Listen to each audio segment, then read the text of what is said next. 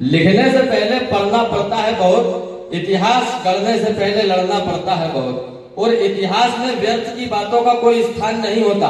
आज के परिवेश में तो अर्थ की बातों का कोई मान नहीं होता। जब कोई उंगली उठाकर छाती पर चलने लगे, युद्ध की ललकार देकर हमारे सामने अड़ने लगे, तब भी चुप्पी साध कर बैठे रहेंगे क्या? कोई प्रतिक्रिया न देकर केवल मौन रहेंगे क्या? पुरखों का इतिहास ध्यान करिए जरा, उनके बलिदान का थोड़ा तो मान करिए जरा। वो एक अनेक पर भारी पड़ते थे जी, कोई यदि युद्ध की ललकार दे अकेले सैकड़ों से लड़ते थे जी। कोई यदि युद्ध की ललकार दे अकेले सैकड़ों से लड़ते थे जी। फिर आज का परिवेश देखते हुए मैं लिखता हूं कि हमें दिखाओ क्या यही था हमारे पूर्वजों का इतिहास। हमें बताओ क्या यही होता रहेगा हमारे आसपास? कब तक हमें न्याय के लिए सड़कों पर जाना पड़ेगा?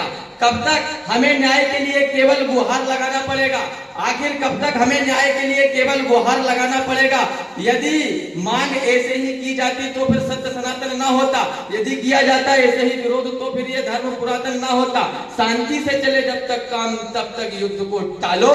यदि अंतिम समाधान युद्ध हो तत्पश्चात मोर्चा संभालो। यदि अंतिम समाधान युद्ध हो तत्पश्चात मोर्चा संभालो। आज आजादी का वो संभालो। आज आजादी का वो दिवस है जब हम स्वतंत्र हुए थे।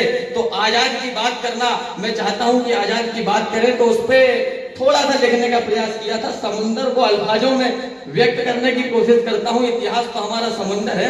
शुरू करता हूं कि जब उस हुकूमत के सामने हमारा देश दिवस था, 23 जुलाई सन 1906 का वो दिवस था। हृदय प्रदेश का ग्राम भावरा जहां जन्म लिया था, मानो उस दिन ही जैसे क्रांति का उदय हुआ था। मानो जैसे उस दिन ही क्रांति का उदय हुआ था। न्याय के प्रेमी और उच्च विचारों की शिक्षा थी। मन में पढ़ाई के लिए काशी जाने की इच्छा थी, किंतु पुत्र प्रेम के कारण माता पिता उनको जाने की अनुमति न दे पाए। तो फिर वो काशी बिन बताए ही घर से निकल आए। वहां पहुंचकर वो संस्कृत का अध्ययन कर रहे थे जी। वहां भी देखा उन गोरों से हम डर रहे थे जी। उसी दौर में काले कर्म वाले गोरों ने, उसी दौर में काले कर्म वाले गोरों ने रोलेक्स एक्ट लाए थे। उसके पुरजोर विरोध हेतु सभी जन बाग में सभा करने आए थे। बाग में महिला पुरुष बच्चे भी थे, और वो भी जिनके कंधे अभी कच्चे भी थे। उसी दौर में सभा के चलते जनरल डायर ने सीना छलनी करवाया था। दिया आदेश गोली का, उस कायर ने हत्याकांड करवाया था। इस निर्मम घटना ने आजाद को भीतर तक हिला डाला। उसी दौर से आजाद के भीतर स्वतंत्रता की अग्नि को जला डाला। अब उनके मन मस्तिष्क में स्वाधीनता के विचार घूम रहे थे। मानो जैसे मातृभूमि और भारत माता के कदमों को चूम रहे थे। उसी वक्त से मैया के उस लाल ने उनको हाथ चखा दी। हिंदुस्तान के खून की उनको असली तस्वीर दिखा दी। मानो जैसे कसम खाई हो स्वतंत्रता में दिलाऊंगा।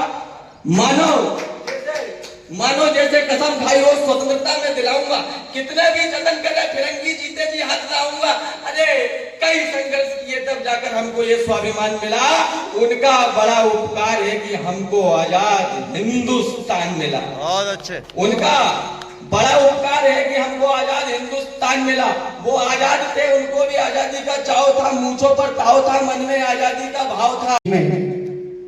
अतिथि के रूप में हमारे बीच पधारी वार्ड नंबर 33 की हमारी वो आजादी की राह में अपना योगदान बढ़ा गए थे। कुछ गद्दार जो कदम तक बढ़ा न सके, वो आपके मेरे लिए अपने प्राण तक चढ़ा गए। वो आपके मेरे लिए अपने प्राण तक चढ़ा गए। युवा संतति से कहना चाहता हूँ क्या सच में भगत और आजाद धड़कते हैं तुम्हारे सीने में, या सिर्फ देखने दिखाने में लगे हो? ये व्यर्थ का कोलाहल है या सिर्फ टैटू बनाने में लगे हो? ये व्यर्थ का कोलाहल है या सिर्फ टैटू बनाने में लगे हो? और ये भी सुने कि हार से जाकर कह देना मैं हारा नहीं हूँ, और वो मुझे डरा सके मैं इतना बेचारा नहीं हूँ। डरना जवानी की कहानी नहीं हो सकती। जवानी भवानी है, कायरता की निशानी नहीं हो सकती। बहुत अच्छे, बहुत धन्यवाद। बहुत अच्छे।